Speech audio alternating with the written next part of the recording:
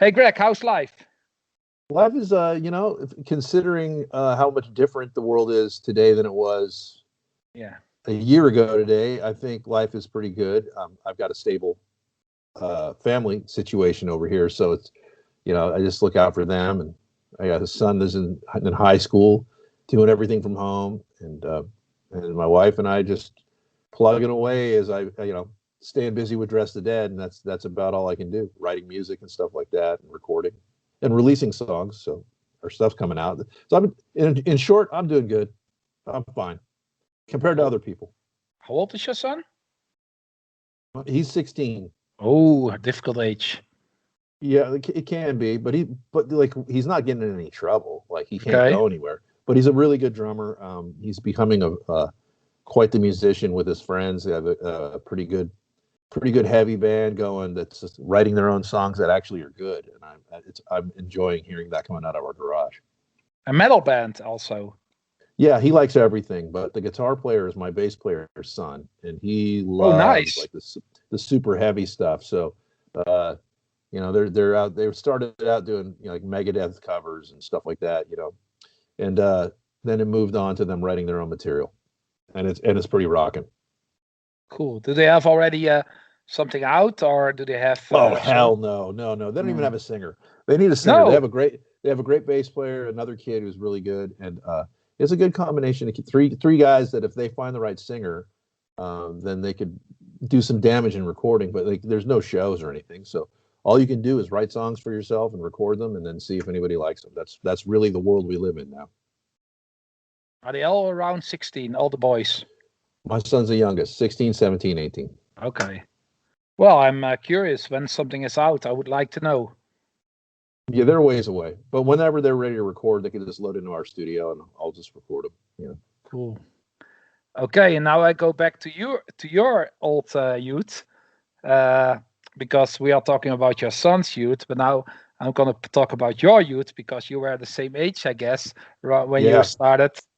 Yeah. What were the first bands you have heard, and what made you to become a musician? So what were your big influences as a kid, and what made you? Well, I mean, I'm like everyone else, because everything else back then was very like, if it wasn't in the mainstream, there wasn't really an underground when I started, right?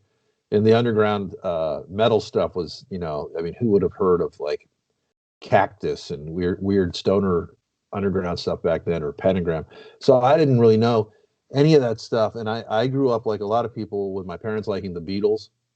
So I loved the Beatles. I still do love the Beatles. I don't think anyone's really done it better. I'm still waiting for a band to be better, and I just haven't heard it. But I love them too. Yeah, especially when they started doing a lot of drugs. That's when I really liked the Beatles a lot.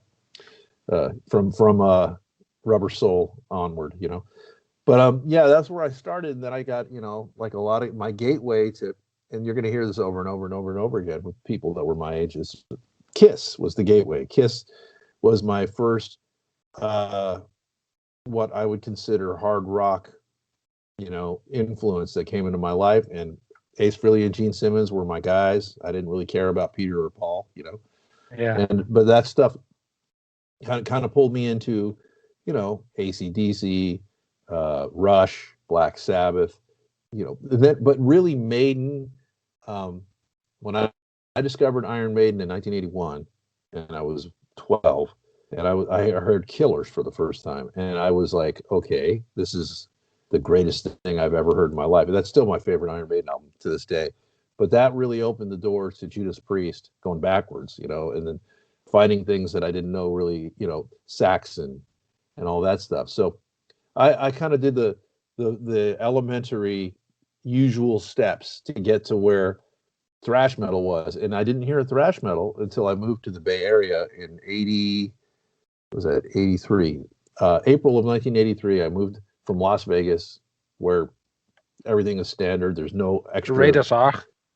Yeah, nobody knows anything in Vegas about anything. And then I moved here, and I found a Metal Mania magazine, which was Ron Quintana's rag, in between a bunch of other magazines in my local music store in Fremont, California. And it was crumpled up like a newspaper, just like, I was like, what's this? And it had a picture of Steve Harris on the cover.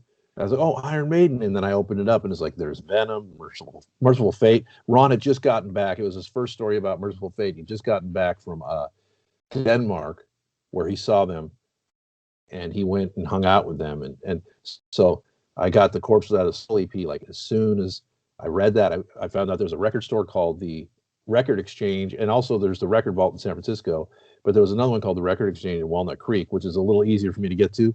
It was more suburban, and San Francisco was like, I was like 13 years old. I was too scared to go do that by myself. So, but I took Bart and grabbed a bunch of Iron Maiden imports and that Merciful Fate EP, and I bought Welcome to Hell by Venom all on the same day. And so all of a sudden my life was changed, and I was the only one who knew any of this music. I didn't know anyone else who knew any of it because I accidentally found this little magazine. Fremont had not really gotten the scene. I'd heard Exodus in there, in that same magazine, Metallica, like they were all named. Megadeth was just starting, but they didn't even put out anything yet. So there's, it was pre-Kill 'Em All, so fast forward to Kill 'Em All. I knew it was coming out and I went and bought it the day it came out. And I was 14 years old at that time. And, from there on, my life was on a different trajectory. And then I met Rob Flynn, from Machine Head, who was just another kid, a couple of years older than me, that I heard was into the same stuff I liked. And that's how, once we connected, and then with his friend Jim Pittman, and then that all kind of spiraled into eventually a year later becoming Forbidden Evil. And that was, we were the kids from Fremont that were bringing thrash metal to Fremont, and then, there you go. I mean, that's the short version of it. And it was just like what do you call a weird circumstance to find that magazine and get into it so early, or that little fancy rag, whatever we want. And that's why I got into it a few years earlier than anyone else in, my area. Cool, because that's actually your first. That question I have now, it's a little bit mixed with the answers you gave, because I told you I want to ask you, Evil was formed in 1985, and that was my question. How old were you guys in 1985 when you started? I was 15 when we started playing our first house parties. Cool. And then I was 16. I turned 16, and the girlfriend at the time bought me a Floyd Rose because it was, the tremolo bar. Because I had just a guitar with like a shitty little tremolo on it with no lock. So the guys in the band, she asked the guys in the band, what would he like? And they're all, Floyd Rose. So then I had a 16th birthday party at my mom's house, and I got a Floyd Rose. So that was the first time I had that. And then our first club show at Ruthie's Inn was the same year, on the day before New Year's Eve. In 1985, we played Ruthie's with Metal Church. And then the very next day, Metal Church played the famous show at the San Francisco Civic with Metallica, Megadeth, Exodus, and Metal Church. Nice. So that was, So the night before, when we played with them, there was like hardly anyone there to see them. I mean, it was like they were gods to me. I loved Metal Church. I loved that first album, but I guess everybody was waiting for the next night. Nobody really wanted to see their warm-up show. I mean, that was, maybe 75 people there, but that was our first show at Ruthie's after going there a bunch of times and seeing other bands. Actually, stupid afterwards. These people all sad because they missed the first Forbidden show ever. Well, we weren't that special. It was a different lineup. It was Russ, Rob, myself, Jim Pittman on drums, and another friend, John Teggio, on bass. So it was Forbidden Evil. It was just kids. We had like 2 original songs, maybe 3 that we played in that set. It was the first time we played March in a Fire, and it got recorded. There's no lyrics for it, and Russ was just like bullshitting words, and it got recorded for the Eastern Front record that's out there, and like I listen to it now, I'm like, holy shit. Cool. just kids. Yeah, I know I had a band at the time too when I was a little child, and we sucked also, and but our singer is now in the Legion of the Damned and Soulburn, so Oh, okay. he made it. Not me, but he Yeah. made it in music. So what can Well, happen? what is making it? I don't even know what Yeah. making it is anymore. If you're having fun doing it and you're creating stuff that people want to listen to, then that really is making it. And everything else is like, you know, the goals have to have changed a lot over the years. They were already, if you had a lofty idea of what you're going to get out of music before, you have to even bring it down more now because there's no touring, there's no way to really support yourself other than if people want to, you know, buy your stuff online, and that's what there is. So you got to love what you do. Okay, and now we're going back to some highlights. Because how are your memories about the Netherlands? And was Dynamo Open Air 1989 the first time in our beautiful country, the Netherlands? Oh, that was 1989. yeah, that was very eye opening. I don't, you fast forward through all those years, like you know, like it happens so quick. You think it's going slow. You think it's taking Yeah. a long time, and then you know, I look back at it, and then basically I'm stumbling out on the stage at Dynamo, running out in the smoke because they put a bunch of smoke on stage, and we all got so hyper. You know, I used to get Russ all hyped up, and you start literally hyperventilating. You know, they'd be like, come on, this is what you want to do. This is where you want to be. But I remember running out on stage, and they put me on a short cable. It's shorter than there was no wireless, and it was short. So I ran into the smoke, and then I ended up falling in the smoke, and then pulling the head off. Right? Oh, there goes some light. Hold on a sec. I got to get this back. Yeah. But I ended up pulling the stack over the Marshall, and it was hilarious. And you know, the show ended up being great, but at the moment, it was, you know, very embarrassing. I mean, it was like, what the fuck just happened?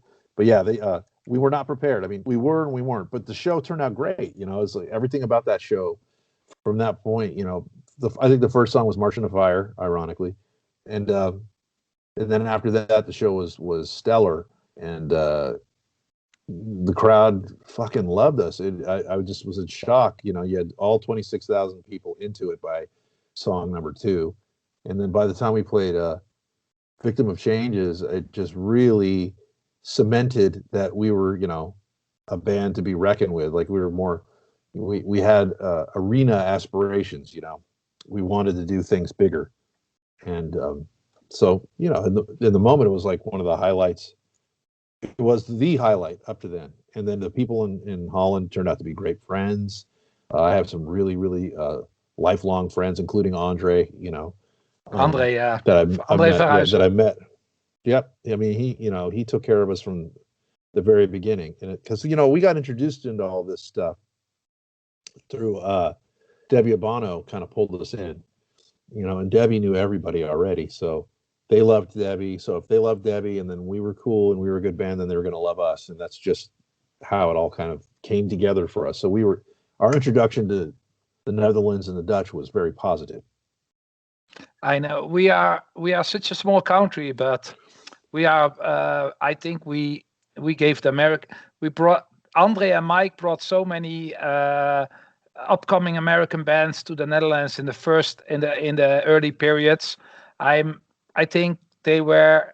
We even walk before Germany. You know, we all Andre and Mike brought every new upcoming band to the Netherlands in those times. So, yeah, like Forbidden Testament, Dead Angel, everything. You Exodus, know, Exodus, Exodus, Slayer. Exodus was first. Was Yeah, Belgium first. yeah. Oh, Exodus was Belgium first. Yeah, Slayer was Exodus. Slayer was 1985 the first time in Europe, and the second show was in Dynamo Club. Slayer. Oh yeah, yeah. Well, I mean, you know, that's the genesis of it all, that's the only good thing. Well, I shouldn't say the only good thing. One of the good things about being old and having experience is that, like, these kind of things are they're in my memories, and no one can take that away. You know, like there's. But I mean, I was so young. I was younger than the rest of the guys back then, and now I find myself, you know, old. You know, Yeah. I don't feel old. I actually feel great, but but these memories are cherished. I mean, everything to do that. That was our first time in the Netherlands, and it was just unsurpassed. And then the next year we came back and did what did that venue, the Karagat or something like that.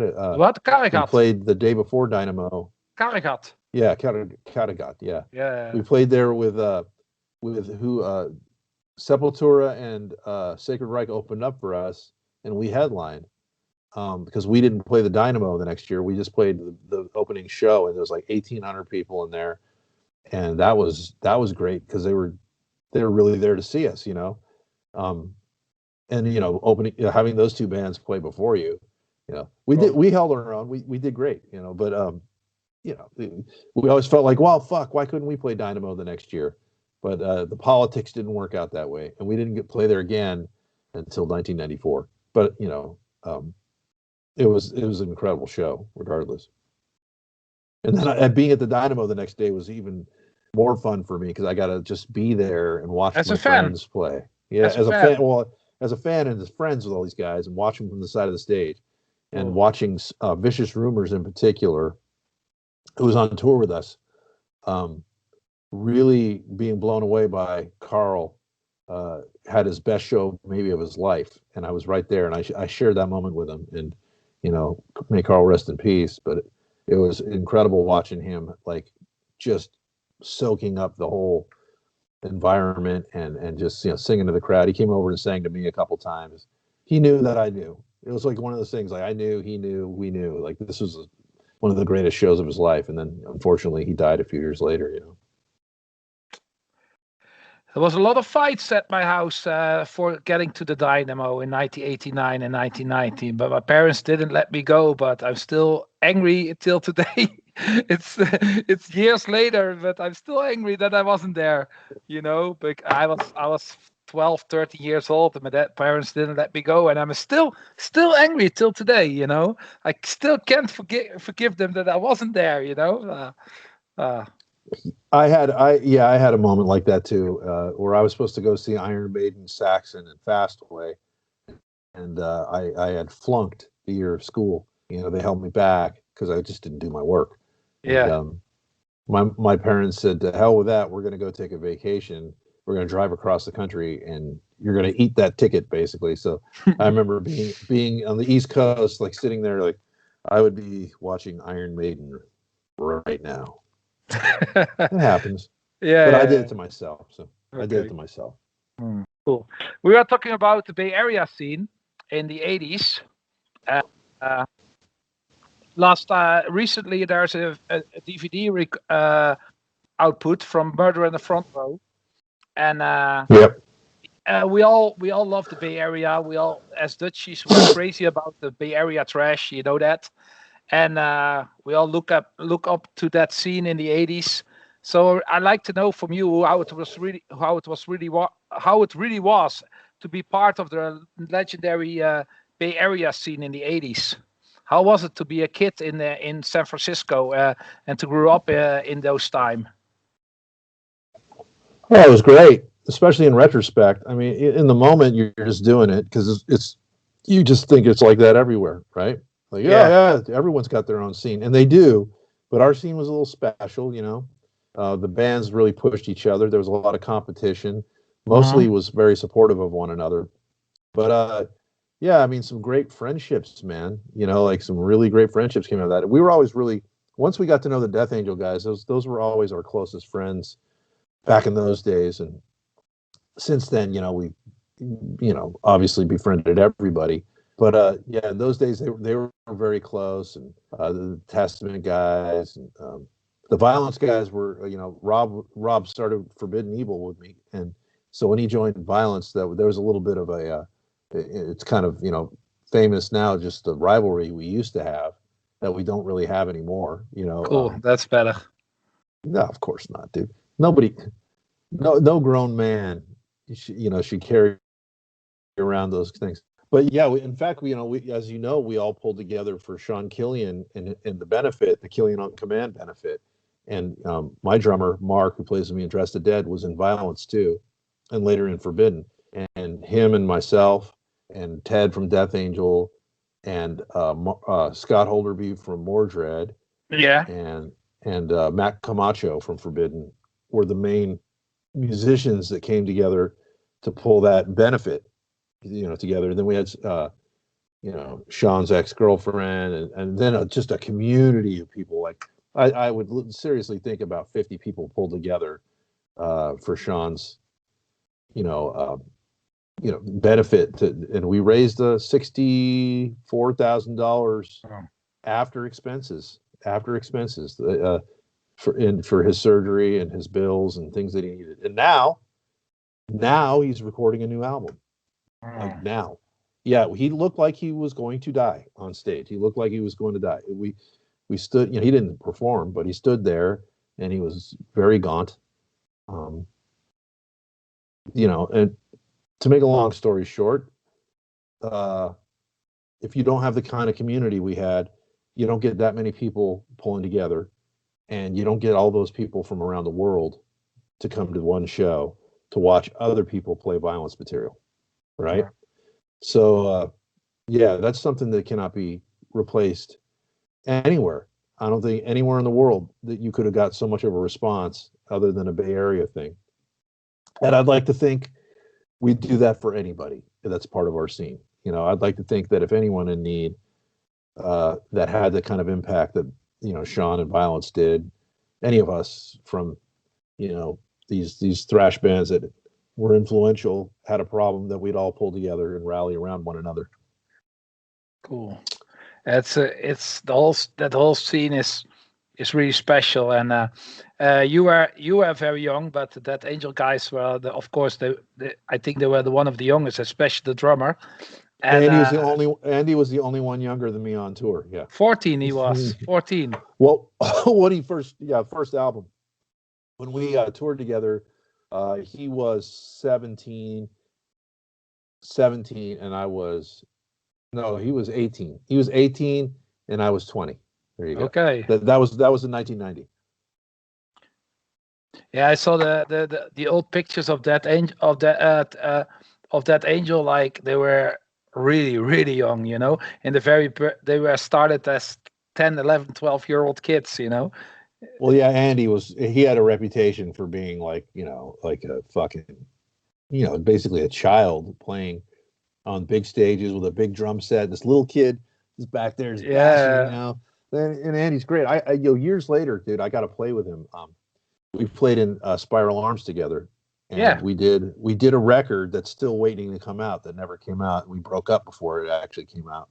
But I mean, being able to play music with Andy was a really, really positive experience for me and him, and we became very close again. Because like I said, the Death Angel guys were always our great friends. Dennis was my closest friend back then.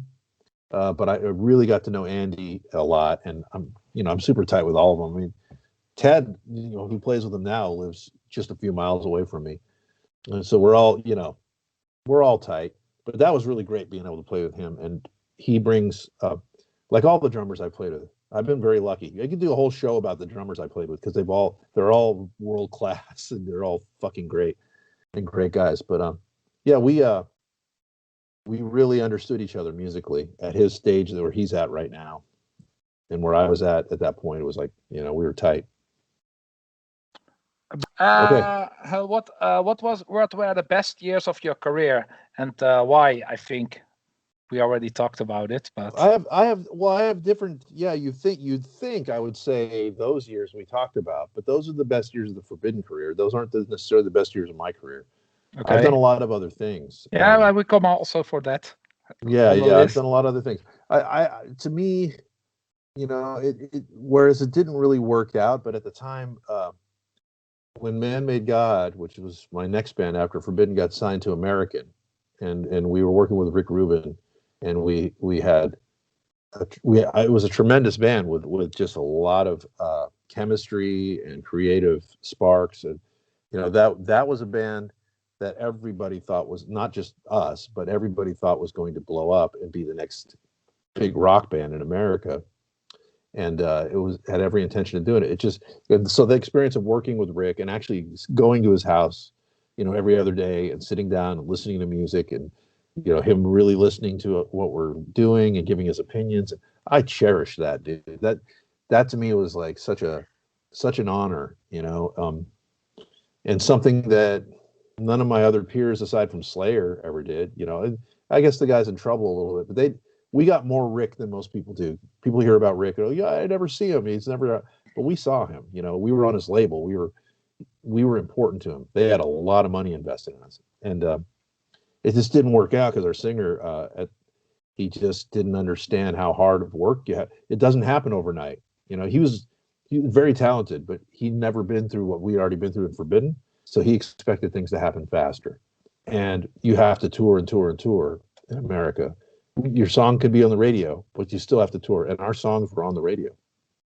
And he just, it just didn't add up for him. And, I ended up calling it a day and just saying, I'm not going to do this because I don't know that he's ever going to get it. And that was a shame. But that was a high point and a low point, very like all within a 2-year period. It was like, or maybe 2.5. It was like all the way up and then whoosh, right back down. So that had to be like one of my highlights, and I've had many since. But working with Rick Rubin sits right at the top. Because but you also played for a while in that. I did. Yeah. I did. In '93.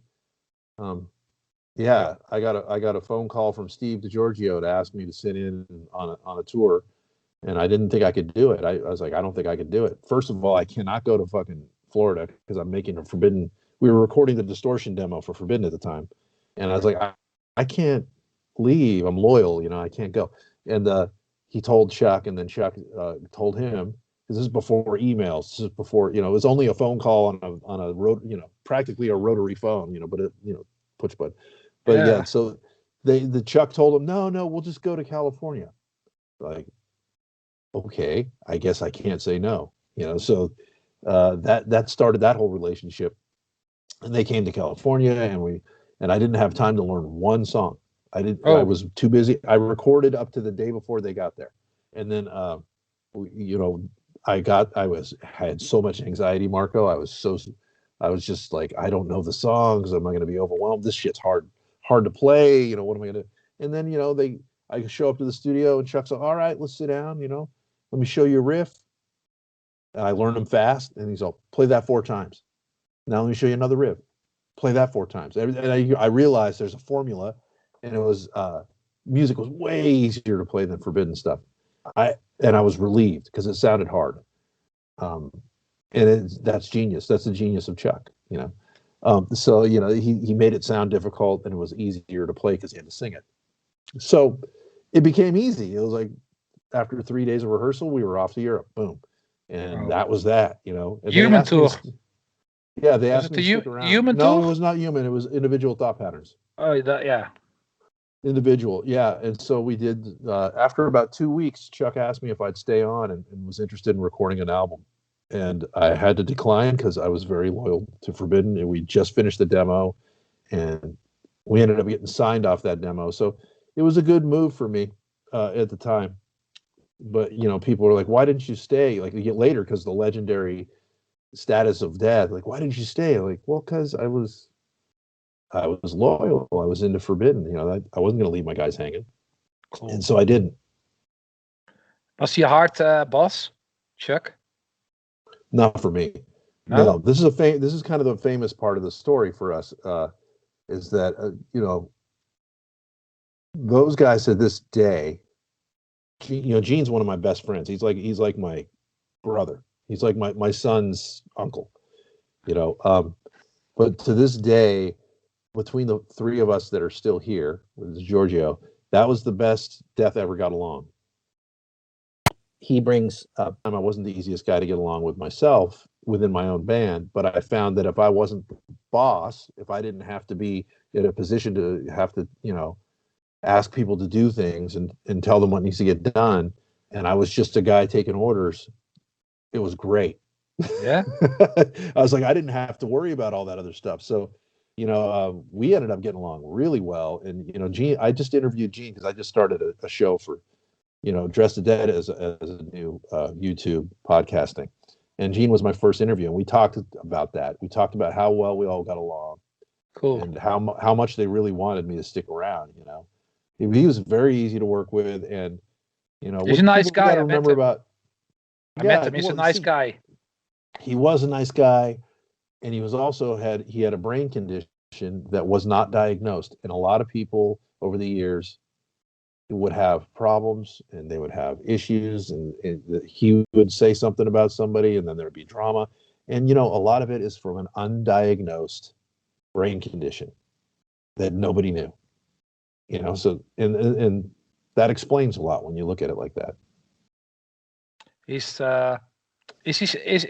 you're still close with him, with Gene Hoglan till today? Oh yeah, cool. Yeah, he's like a guy who comes barbecue at your place. Yeah, he'll sleep. He used to sleep on my couch back when he was making. When I lived in a different place and before I got married, Gene came and stayed with me.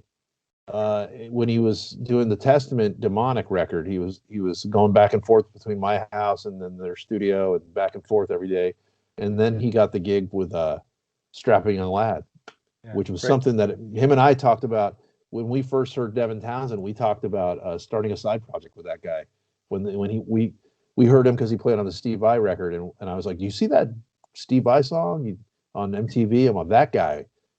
We should start a side project with that guy." And then later on, he's like, "I'm in a band with that guy." I'm like, "You motherfucker!" God damn it! I so wanted to do something with Devin. The Strapping Young Lad, I consider like one of the greatest metal bands of all times. I don't, popularity aside, they were just next level. But not as mainstream like it's not easy for everyone to listen. Strapping Young Lad. It's just you have to. That's fine. Yeah. Okay. I'm cool with that. Yeah. Okay. But it didn't bother me at all. Forbidden is much easier to listen. Forbidden. Strapping was dense. When I say dense, I mean they had a lot of layers, and it was chaos, and it was Devin complex Townsend's madness. Complex it was Devin Townsend's madness, and he's not mad anymore. He's happier now. He's in a better place. That's why he'll never go back and do a full-on strapping thing, because he's in a happy place. It's funny. It's just about them for 1 second. Last year, about a year ago, was the NAMM show here in Los Angeles, and I went to NAMM as I always do, and I always meet Gene, and all the guys at Strapping happened to be there for the first time at the same time. And I got a text from Gene. He's like, "Hey, we're all standing together. Why don't you get over here?" And I was all the way on the other side of the convention center, and I was like dragging my wife, like running, like, "We got to go, we got to hurry." And it was lucky, and I went over there, and it was the happiest experience, because those guys know how much I love them, and it was like just like long lost family, and they were smiling and laughing, and I got the very first picture with them that they'd taken together since they broke up. Oh. Like I was the one to get that. So I love it. Devin is a huge success now, and Gene is a huge success now, and the other two guys deserve their success too. Jed and Byron, and they're all genius. I just think the whole band was great. But enough about them. Moving on. You sound like a fanboy. I love them. They're my friends, and my favorite extreme metal band. Cool. Okay.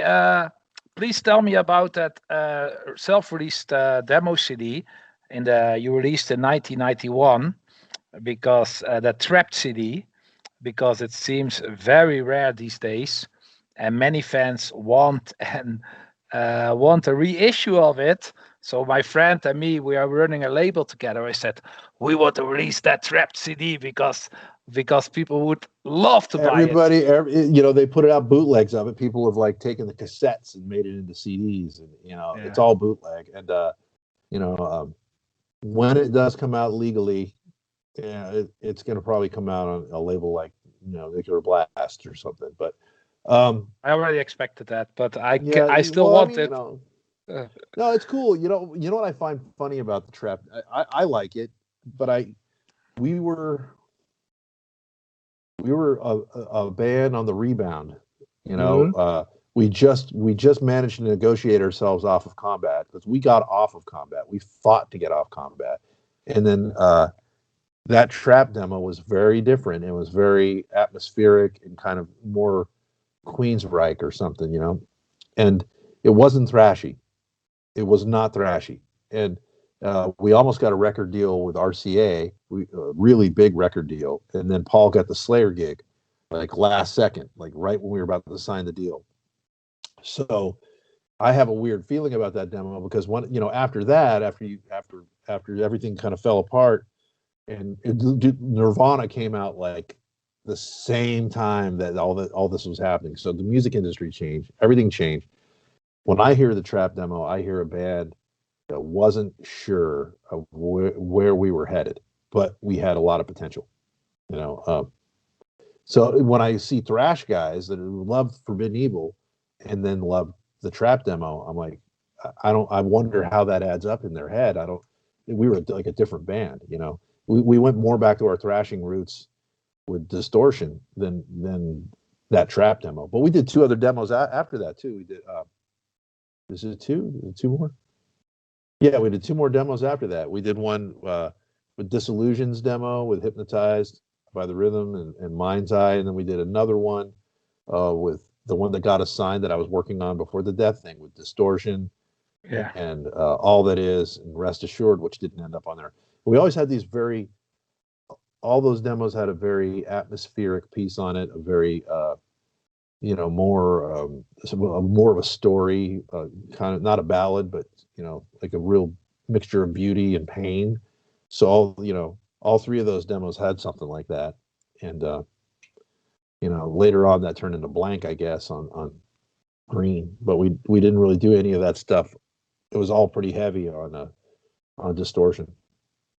Yeah, but if you are a music fan, you follow things bands do. And when they go a different direction, you try to understand this and try to see why they are doing this. As I'm a big music fan and a big collector, and for me it's bands want to develop. They want to continue, and if you ever always do the same, it's getting boring, of course. But it's also good to work on your skills and to grow and to You know what I would say, and it's funny, I was just thinking about this yesterday because I was comparing it. I was watching a bunch of Celtic Frost stuff on YouTube, and Tom grew incredibly fast, right? Like if you look at the arc of what he did, it went and it just overshot what people were even ready for. And then he did Cold Lake, and they're like, "What are you doing?" He was influenced by LA Guns at the time, which is so weird. But it's part of his arc, and his arc was fast, and Forbidden's arc was fast. But the industry changed. We didn't have the luxury of having things, rolling for thrash metal in the industry while we searched for another home. Everything had changed. Grunge had come, and death metal. That's what there was, grunge and death metal. And the only really popular bands in heavy music at that time were Sepultura and Pantera and Biohazard. You know what I mean? Or there was death metal. Them. Yeah, but that's what we were up against. And here's what separates me personally from a lot of the other people that went through that is I didn't get jaded. I did not get jaded. I did not get frustrated by that. I just felt like, I seasons change, like I can't get mad because it's fucking, fall and winter. Just they were going to come anyway. So I kind of rolled with it, where other people I know really got jaded, and a lot of people gave up. And lucky for them, thrash metal came back in fashion, and so they stuck with just thrash metal, and it worked out for them. And bands like Testament never really broke up, but they almost changed their name. Death Angel broke up, Exodus broke up, Violence broke up, Forbidden broke up, everybody broke up basically at some point. And I just kept rolling on through and learning new things about music and writing songs and stuff like that. So for me, it was just part of college. It was part of school. I like some Seattle bands. I love Alice in Chains, for example. Great band. They're awesome. I'm a huge Soundgarden fan. I was into Soundgarden back in '88 and '89. Ultra Mega OK, Loud Love. I liked it, but I wasn't trying to be like them. I just thought there was something fresh and new, and I liked it. Yeah, me too. Okay, some two of our final questions. What are you up to these days? And it's how is your life look? You already talked about that in the beginning, but you told me yesterday something I really like to know. It's nothing about music, but I love American football. And you told me you're a 49ers season ticket holder for so many years. It's not about music, but it's something I'm very jealous about because I love American football. So how is it to go like these matches every time? Well, we sat out this year, like in the Bay Area, they had no fans. Like certain cities, more in the Midwest and stuff, like they would allow a certain amount of fans there in the COVID time, which I think is just a bad idea. Like it's just a bad idea. So asked me early on, it's like, well, if we open up the stadium, are you interested in your tickets for this year? I'm like, no, not interested. I wanted to sit this year out. So I spent it at home, barbecued with the family, watched the games from my couch. I was like, this is pretty cool. I kind of like it here. Okay, cool. Made it simple because but I mean, for us, dude, we I've been going since 1990. I've been actually going to 49er games since '85, but I've had season tickets since 1994. Wow. And I saw Joe Montana. I saw like Steve Young was my guy in my era.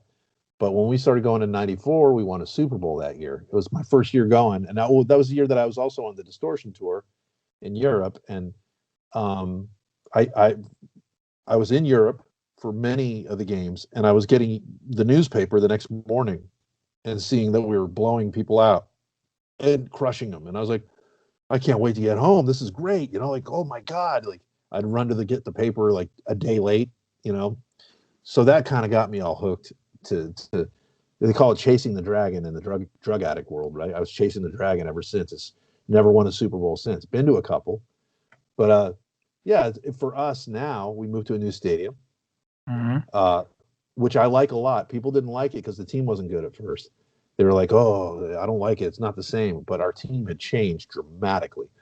And so they didn't like the place. But then when we started winning, I started watching people go, this place isn't so bad. It's pretty cool. I'm like, yeah, it's funny how that happens, right? So we have tailgates that have upwards of 100 people or more that come to our area. We're called the Third Rail Niners tailgate crew. And we've combined our tailgate from Candlestick with another tailgate. We all come together. Every once in a while, John Lynch, who's our general manager, comes through. He rolls through and says hi. It's in the second parking lot. Like it's an event. The TV crews come out to see us. It's pretty cool to be a part of it. And there's so much food. Like a huge spread. People pay $10 for a plate of like so much food. And yeah, if you ever follow me on Facebook or anything, you can go back and look at the pictures. And every year I post something from like every week. And it's I miss that. That's what I miss more than anything, more than being at the games for the games is the community. It's the community because we have such a close bunch of people that just, year after year you see them, they end up being an extended part of your family too. And football does that. Just like it does in Europe with soccer. I know you guys have tailgates. I know you guys, I mean, the Dutch team is, it's famous, with the orange and just everything about it. Like, so it's similar to that. It's just, it's another extended part of my family. We became champion. Holland became champion in 1988, and on the same evening we get champion. That Angel played in my hometown, and the video is on YouTube, and everybody is stage diving with orange shirts and orange scarves. Yeah, but well, you know what? Huh? Oh, go ahead. I was one time at an NFL match in England at the London games. I was. So I have a little bit experience of it. Not in America yet, but in England. The game itself is great. I mean, I've taken friends from Europe, Australia, South America. They've come to 49er games, and Cool. my friends from the Denmark hated it. They said it's so fucking slow. There's a stop and go and stop and go. I'm like, it's like Yeah. I had to explain it to them. I'm all, imagine it like a battle. It's like war. You know, Yeah. you have your movements where there's your strategy for a play, and then you have to stop and regain yourself and then do it again. And they're Yeah. like, oh, they didn't get it at all. But other friends have gotten it. But that's enough about football. I should tell you what I'm up to now Yeah. is with Dress the Dead, which is actually supposed to play Dynamo this year with the Bay Area International, which we didn't get into at all either. But we'll see if that happens, right? I think it's probably going to be next year, but I'm crossing my fingers that everyone will get inoculated and we can get out there. But no, with Dress the Dead, we're actually signed to Blood Blast, which is part of Nuclear Blast Digital now. And so we're putting out one single every single month up until all 8 songs are out in August when we're supposed to be in Europe. That was our plan. That was the way we wanted to do it. And so we put out Knives Out last month. And I don't know if you got to check it out, but it's a blazing thrasher song. It's very, very fast and face melting. And tomorrow our next song drops. It's a song that we put out by ourselves that was never on digital. It's on every digital platform. You can have it on Spotify, iTunes, everything. It's all coming out every month. There'll be a new one. So the first one did great. It did very, very well. Knives Out. And tomorrow we put out 1969, which is something we put out a couple years ago. But we did a remix and added our new guitar player and redid the song. But we're trying to get all of our old material out and then release all the new material as soon as that's done. So there's a whole plan. And things are going good for my band out here. It's just weird that we're not. I would have already been in Europe last year. I was excited to see you. I was excited to see. Yeah. What are you going to do? But like I said at the onset of this whole interview, you got to do it. You got to do it because you love music, and you love who you play with, and you love these things for the right reason. If you're doing it for monetary success or notoriety, that's really the wrong reason to do this anymore. Like if it sticks, it sticks, and so far so good. As only one song down, it started really, really strong for us, and we'll see what happens. We're going to have a video for that song coming out next month, and as well as a live video for 1969 coming out this month too. So we're going to be releasing songs and videos, and that's just going to keep happening. But it's all on Blood Blast, which is Nuclear Blast's new digital outlet, I guess you call them. I'm gonna check it out. Some 2 last questions. I want to ask you your top 5 all-time favorite Bay Area classics. Oof. You just want me to come out with off the top of my head? So 5 records. 5 classic records. Records. Well, you got to put Bona by Blood's got to be first. I prefer Kill 'Em All. No, I don't. I'm sorry. I take that back. I prefer Ride the Lightning. I feel like Ride the Lightning is my favorite Metallica album. I'm still very partial to the Ultraviolence for Death Angel. And my favorite Testament album is always going to be The Legacy. That's a good choice. Yeah, I love the New Order too, but I just think the sound of The Legacy I feel like they really nailed something down right there. And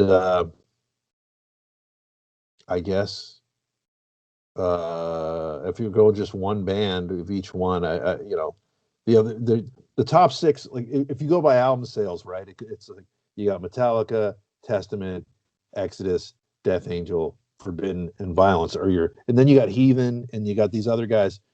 But I guess Violence would be, if you're doing the top 5, and I'm not including a Forbidden record, I would have to probably say Eternal Nightmare is in that 5. That's a classic. And the last thing is, please tell your future plans with Forbidden. I don't really have any. I don't really have any. No. I actually, I do enough thrash. There is a lot of thrash in what Dressed to Dead does, believe it or not. If you go listen to Knives Out, you'll know what I'm talking about. But I mean, I never say never, Marco. I'm not saying I won't do anything, but Russ had a serious bout with alcohol, and he got himself right, and he's living in Arizona, and he went to a rehab. That Okay. Mark, my drummer, and I helped get him into a rehab with some other friends, and he did real well, and he's trying to stay sober, and that's the most important thing for him. And getting out on the road and playing music and being on tour, I don't know how good that is for him, and he's got to figure all that out for himself. So, but I mean, it would be fun. Forbidden for me is very, very difficult because I end up doing so much. The other guys kind of wait for me to get everything done, and that is not as fun as being in a band where everybody's contributing all the time, Okay. and just because everyone's got a different life, they have different jobs, these guys are all doing different things, so I completely understand and respect the fact that they would love to probably do something forbidden but don't have the time to commit, to do it right. But I never say never.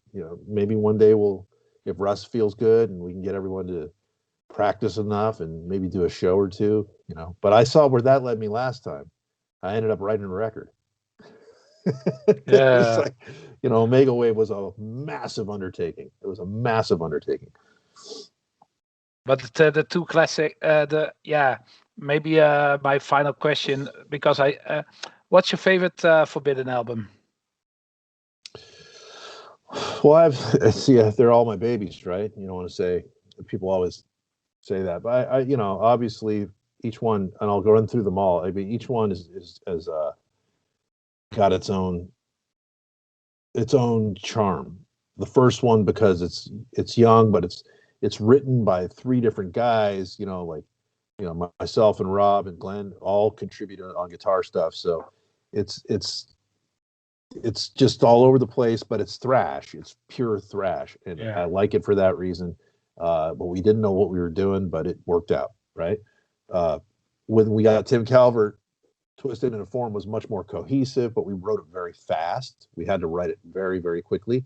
Maybe in 4 months, the whole thing was written and recorded, because we just got off tour and they wanted us to put an album out. So under that pressure, we did pretty good. I think for Twisted in a Form is more defining. It actually says this band has arrived. Then we had the 4 years between the Distortion, and it's very progressive and crazy and got all kinds of intricate stuff on it, and it shows a lot of growth. Then we got Green, which is pure anger, just like mad and pissed off and frustrated. And I call it our caveman record because it was like bashing people over the head with just pure pissed off energy. So I like that one. And then I think Omega Wave has all of it. I think it was good to have retrospective 10 years. And then when I started writing Omega Wave, it was great to look back at it and go, I just want to make the best fucking metal record I possibly can. And I was really welcome. So I'm partial to Omega Wave just because I feel like it's got thrash all over it, and it's got all those other elements I talked about. And there's no way that would have happened without those 10 years between. I just couldn't have written something if I was still in the middle of it that would have turned out so cohesive, because that's the most cohesive record we have. It has everything, but I guess Twisted in a Form would have to be like the classic that I could stand by from the old days. It was obviously we were a band, and we wrote that as a band. Cool. Well, that was we. Yeah, I'm very happy with this chat. It was very nice to talk to you, and in about a week it will be online. I will let you know when it's online. Just follow my YouTube channel if you want. And well, it was an honor to talk to you, and I hope we meet in Dynamo next year. I hope so. We can. Yeah, no. Well, it might be this year, but we just don't know what the world's going to bring us. Mm. But I'm hoping there this year with both bands. And we didn't even talk about the Bay Area International, which is going to be pretty fucking Yeah. epic. That's going to be, all classic Bay Area thrash songs with all the musicians Yeah. that are some that are there, some that are flying in with me. They're Yeah, going to be I some. forgot that. Sorry, I was. It's stupid, you know. I was like, I asked my friend, did I forgot something? I know I forgot something, but You were last year on the Dynamo, and I said, what's Craig doing here? And you are already here because you planned for coming this year to the Dynamo for this special show. Last year, plans for Last coming year, last year. yeah, last year. That's why we met the year before. And I asked, "Why you're doing? What are you up to here?" And you were already talking. Oh, And you, oh, don't worry about that. I'll turn my. It's my. you and Yeah. you and Cherik, and so and already. Greg is coming next year, and it's like. But I'm a massive, I'm a chaos head. We already talked about it. So I was like, I forgot something, but this is, yeah. I hope to see you back in the Netherlands, and we hope we can have a pulled pork or Oh, a bacon explosion from Hans at the bacon Fozzy explosion. at the Fozzy Woo! Grill. I hope so. We can Yeah, do that. man, Fozzy. Yeah, Fozzy. And that's. I'm just gonna tell you right now. Like when I originally took that on, uh, and the idea of asking me if I'm into it, that was why I was there. Because would you? They asked me, would you be into heading something like this? Because I've organized a lot of musicians and done stuff like that before. Yeah, So I immediately thought of Fozzy, and I immediately thought of Andre because Andre started Dynamo, and it's a different thing now. yeah, So I really, doing it for the memory of Fozzy, and I've had this conversation with the Dynamo guys now. It's like and Andre, like I really want to get his ass out there. Like you're like, dude, come on. It's time to bring it all back together. And he understands that. So hopefully it'll be a great healing moment for the whole Dynamo name, because yeah. I know that they have their thing. But to me, it's like they're all my friends. These are all wonderful people. And thrash metal is the thing that brings us together, man. And I think if we could just play the set list of songs that make everybody in the crowd sing, and smile and enjoy it after all this fucking bullshit of COVID and people not having shows for years. And if I told Tajirk, or Jarek as you call him, I've Cherik never, Maas, yeah, and yeah, I've Paul. never called Cherik him and Paul. Jarek. I was like, how do you pronounce? He never said that, but anyway, you know, I told him, I said, okay, and now if it would have happened the first year, it would have been fun, Yeah, right? It would have been fun. But now, after all this, whenever it happens, is going to be a fucking party because people are going to be like, yes, after all we've been through, like, fuck, finally, fucking yes. And so I'm super, super stoked to do that whenever it happens. I won't get too bummed if it doesn't happen this year because I can see where the world's headed. So it might be next year, but it'll happen. It I will think happen. this problems will take till late summer. I think it's normal around September. I hope. Yeah. And Well, it's going to yeah, be a while. Everyone needs to take a shot. It's funny because there are bands out there that are like, I'm never gonna, get a vaccination. I'm like, well, then you'll never go to Europe, South mm. America, Japan. Like, you better decide what you're gonna do because if you want to get to another country, you better take your shot. That's why we talked about yesterday from Violence, the guys from Violence. Yeah, some of them have made it publicly known that they're not really down for that, Yeah, but I'm sure that'll change. Once any band, not just them, but once any band realizes that you're gonna need to pass the test to walk into another country and not carry the disease as easily. It's just science, man. Don't be afraid of it. It's just science. Greg, thank you very much for your time, my friend. Yeah, I man. I appreciate it. I really do. And I liked you the first time I met you, and I like you even more now. Okay, thank you very much. I want to ask you a last thing in the message, but I want to say first, thank you very much for your time. for all viewers, please subscribe and like my like the video, and subscribe, and feel free to share it, and keep thrash metal alive, and horns up. Go 49ers. Horns up. And check out Dress the Dead, everybody. You can find us on Facebook, DressTheDead.com, Dress the Dead YouTube channel. It's not hard to find us. Dress the Dead on Instagram. And the video, and please share the video with Gene Hockland, then I can see it. You send me a friend request right away. I already did, but you didn't see me. I think with all the big requests from all the world, probably. But I have sent you a request. They limit you on Facebook, so I got to go back and look it over. But I'll find you. Okay, thank you very much, Craig. It was a pleasure to talk to you, one of my youth heroes from the Bay Area. Thank you very much. Hope we can drink a beer and eat a pulled pork in next time's Eindhoven when you come over. Sounds amazing, man. Cool. Hi, everybody. Bye, everybody. I'll see you. Thank you very much, Craig. You take care, man. Yeah, you also. Thank you very much. Bye. Bye.